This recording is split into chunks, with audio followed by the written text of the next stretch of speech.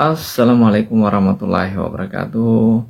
Kembali lagi berjumpa dengan saya di channel supporter komentar supporter bola 62. Teman-teman supporter, salam sepak bola. Teman-teman pencinta bola, salam sepak bola. Di video kali ini kita akan membahas terkait dengan gagalnya Raja Asia Tenggara melaju ke babak 8 besar. Ya. Sebelum saya memulainya, saya ingin katakan kita sebagai supporter harus bangga menjadi supporter, karena supporterlah yang menghidupkan sepak bola, supporterlah yang membuat sepak bola itu terlihat hidup, dan supporterlah yang membuat sepak bola itu bergairah dan terlihat menarik. Dan supporterlah yang membuat sepak bola itu menjadi berdinamika dan punya banyak cerita. Dari supporterlah yang menjadikan para pemain itu bergairah. Dan supporter pula lah yang berada di pinggir lapangan menjadi pemain ke-13 yang memberikan semangat, yang mampu membakar semangat para pemain dalam memperjuangkan tim kesayangan mereka. Jadi sebagai supporter kita harus bangga. Mari kita mulai pembahasannya. Di video kali ini teman-teman para supporter dan pencinta bola sekalian, di gagalnya negara atau Raja Asia Tenggara negara dalam melaju ke babak 8 besar, ya. Memang kalau kita lihat pertandingan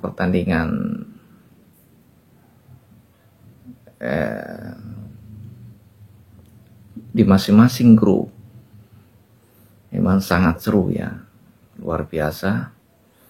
Termasuk grup A, B. Kemudian di grup C, ya, kemarin malam luar biasa pertarungannya, sampai-sampai di luar dugaannya, karena kita berharapnya tim Asia Tenggara diwakili oleh 3 tim setelah Malaysia dihempaskan oleh Vietnam, dan ternyata Indonesia hanya diwakili 2 tim melaju ke babak 8 besar. Dan ini sebenarnya jauh dari prediksi, karena kalau teman-teman melihat pertandingan tadi malam, ya sebenarnya Thailand di atas angin, ya. Sebagai, ya memang dia adalah Raja Asia Tenggara. Kenapa saya katakan? Karena dialah yang sering di pegelaran Asia Tenggara sepak bola, kejuaraan Asia Tenggara, dialah yang banyak memberi gelar menjadi juara di Asia Tenggara. Makanya saya katakan dia adalah Raja Asia Tenggara, sepak bola Asia Tenggara. Ya, kalau teman-teman supporter dan para pencinta bola melihat pertandingannya tadi malam, ini sepertinya di luar dugaannya. Seperti konten saya sebelumnya, saya mengatakan Thailand punya peluang besar di grup C. Karena kenapa? Arab Saudi yang sudah memastikan lolos, sementara 2-3 tim dan Tajikistan itu sebenarnya sudah tidak punya ruang untuk lolos, ya. Karena 2 kali kalah. Sementara Irak dan Thailand ini akan memperebutkan, dan ketiga tim ini antara Arab Saudi, Thailand dan Irak. Timnas Irak ini masih punya peluang untuk menjadi juara grup sebenarnya.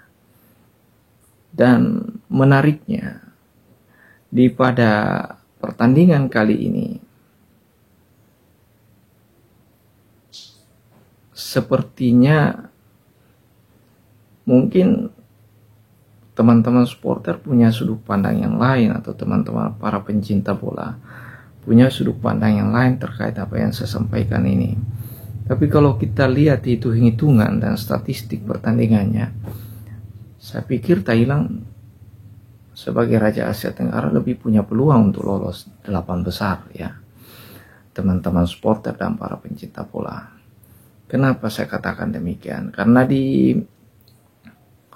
pertandingan pertama mereka, di luar dugaan berhasil mengandaskan Irak ya, timnas Irak. Kalau kita lihat dari segi ranking FIFA, timnas Irak lebih di atas Thailand, tapi mereka mampu mengempaskan itu dan membuktikan bahwa, makanya justru yang saya ragu adalah Indonesia yang ragu untuk lolos karena dia berada di grup yang rumit karena adanya tuan rumah Qatar itu sendiri yang sebagai seniornya mereka sudah 2 kali mempertahankan Piala Asia. Kemudian ada negara Australia. Kalau Australia ini kan langganan Piala Dunia. Ada Yordania yang kemarin senior mereka itu runner up di Piala Asia senior. Makanya grup A ini terlihat neraka dan bahkan grup neraka yang bahkan yang diprediksi Indonesia tidak akan mampu membawa Asia Tenggara untuk lolos babak 8 besar. Justru yang diprediksi adalah Vietnam, Thailand yang akan lolos. Tapi nyatanya kalau kita lihat justru Indonesia yang lolos dengan Vietnam. Justru Thailand kalau kita lihat teman-teman supporter dan para pencinta bola melihat statistik pertandingannya, Thailand seperti yang saya katakan tadi berhasil mengempaskan Irak. Ya, meyakinkan mereka saat mengalahkan Irak. Itu bahkan ini membuat kita berpikir ya sudah Thailand ini akan menjadi wakil. Karena kenapa? Ternyata Thailand tidak mampu menjaga momentum itu di pertandingan kedua mereka. Di pertandingan kedua mereka gagal berhadapan dengan Arab Saudi. Ya memang kalau secara statistik Arab Saudi di atas Thailand ya dari segi ranking FIFA dan pengalaman mereka di pentas internasional, saya yakin Arab Saudi di atas rata-rata karena kita tahulah perkembangan sepak bola mereka baik di klub maupun negara. Mereka bahkan mengontrak pelatih legendaris ya. Kalau siapa dia? Itu Mancini ya. Dan kemudian banyak tim-tim atau pemain-pemain level top dunia bergabung dengan klub-klub top Arab Saudi. Ya, artinya perkembangan sepak bolanya di atas rata-rata. Dan yang paling mengejutkan adalah hadirnya Ronaldo di kompetisi liga mereka. Ini artinya kalau secara hitung-hitungannya memang Thailand akan kalah dari Arab Saudi. Kalau kita hitung-hitungan ya seperti yang saya katakan tadi. Dan menariknya lagi, secara mengejutkan di pertandingan kedua ketika Thailand kalah dari Arab Saudi dengan skor yang sangat telak ya. Dan Irak berhasil mengempaskan Tajikistan, dan inilah yang membuat situasi grup C ini terlihat memanas dan saling memperebutkan untuk lolos. Ya, karena pertandingan kedua ini. Tapi kalau kita lihat statistik di pertandingan ketiga, ya, yang mudah lolos seharusnya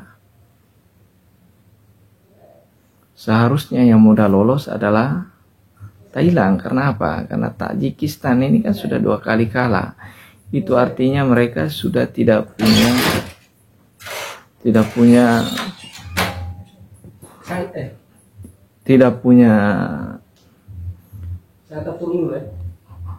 punya ruang lagi untuk menang.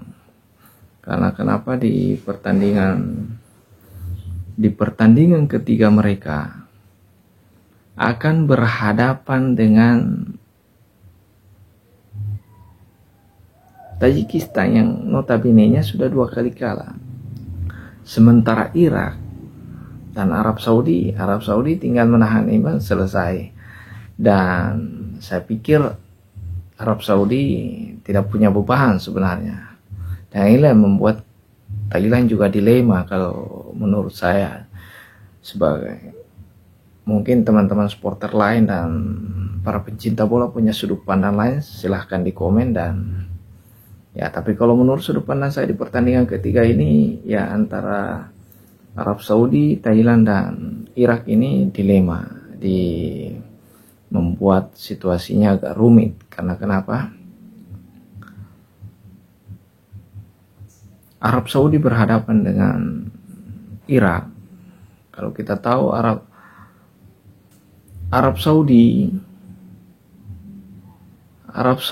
ini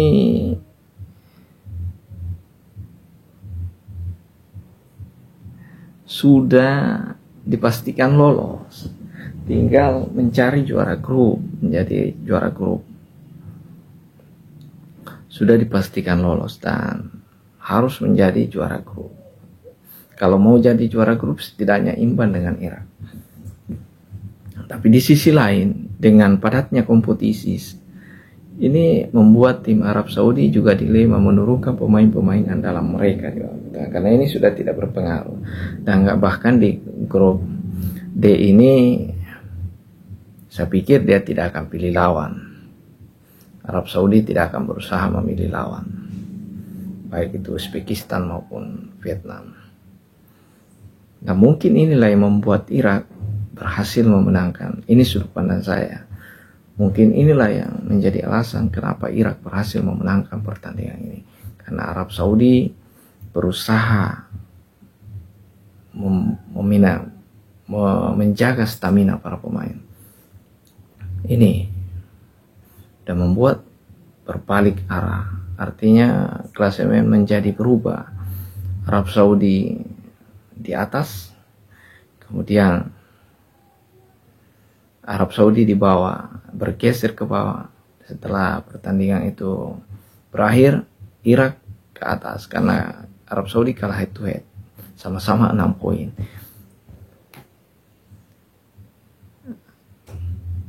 Dan tinggal menunggu dan Thailand menjadi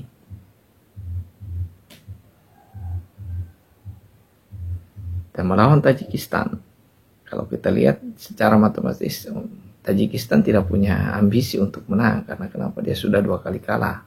Tidak ada lagi yang diperebutkan di ini. Tapi di sisi lain mungkin berpengaruh terhadap, ya istilahnya setidaknya gengsi pelatih ya. Gengsi pelatih mereka untuk memenangkan pertarungan itu. Setidaknya mereka bisa membawa poin 3 bulan sebelum pulang ke negara mereka. Itu artinya ini yang membuat Thailand semakin sulit. Dan kita kalau teman-teman supporter dan para pencinta bola melihat hasil pertandingannya sangat luar biasa. Thailand tidak mampu menciptakan gol dan Arab Saudi lah Tajikistan yang justru berhasil mencetak gol dan membuat Raja Asia Tenggara ini gagal meloloskan diri ke babak 8 besar. Dan ini di luar dugaan kita. Justru yang saya ragu adalah Indonesia, tapi ternyata Indonesia lah yang berhasil lolos ke babak 8 besar. Saya kira ini membuktikan bahwa terjadi perubahan drastis di sepak bola Asia Tenggara, dan banyak komen-komen para supporter saya lihat di beberapa media di Facebook dan bahwa Indonesia akan menjadi Raja Asia baru, bukan Raja Asia Tenggara baru, dan akan menjadi momok menakutkan di Asia. Ya, itu banyak komentar-komentar yang saya lihat seperti itu, dan ini terbukti. Indonesia yang notabene-nya baru pertama kali pentas di kepagelaran ini berhasil menembus babak 8 besar dan melalui grup yang kalau kita boleh sebut grup neraka. Kemudian dari hasil ini maka saya simpulkan bahwa Raja Asia Tenggara gagal melaju ke babak 8 besar, dan Asia Tenggara hanya diwakili oleh 2 tim, yaitu Vietnam dan Indonesia. Saya kira demikian teman-teman supporter dan para pencinta bola, apa yang saya sampaikan ini berdasarkan referensi yang saya baca dan saya tonton, dan channel ini, channel komentar supporter bola ini, menginformasikan kepada teman-teman supporter dan para pencinta bola terkait dengan berita-berita bola. Dan terima kasih, jangan lupa ketika ada perbedaan, silahkan di komen, punya sudut pandang lain terhadap apa yang saya sampaikan, silahkan di komen, disampaikan komentarnya di kolom komentar. Jika perbedaan itu jangan dijadikan sebagai ajang permusuhan, tapi untuk menyatukan kita sebagai supporter bola di seluruh dunia dan tanah air. Dan kita jaga persatuan itu, persaudaraan. Boleh berbeda, tapi jangan anarkis. Jadikan sepak bola itu sebagai hiburan yang mampu membuat kita bergembira. Apapun hasilnya di lapangan, kita tetap mendukung tim kesayangan kita. Dan teman-teman supporter sekalian, terima kasih sudah menonton video ini. Jangan lupa dukungannya, like, komen, dan subscribe channel ini. Dan saya ucapkan salam sepak bola, salam supporter seluruh dunia dan tanah air, salam para pencinta bola. Terima kasih. Assalamualaikum warahmatullahi wabarakatuh.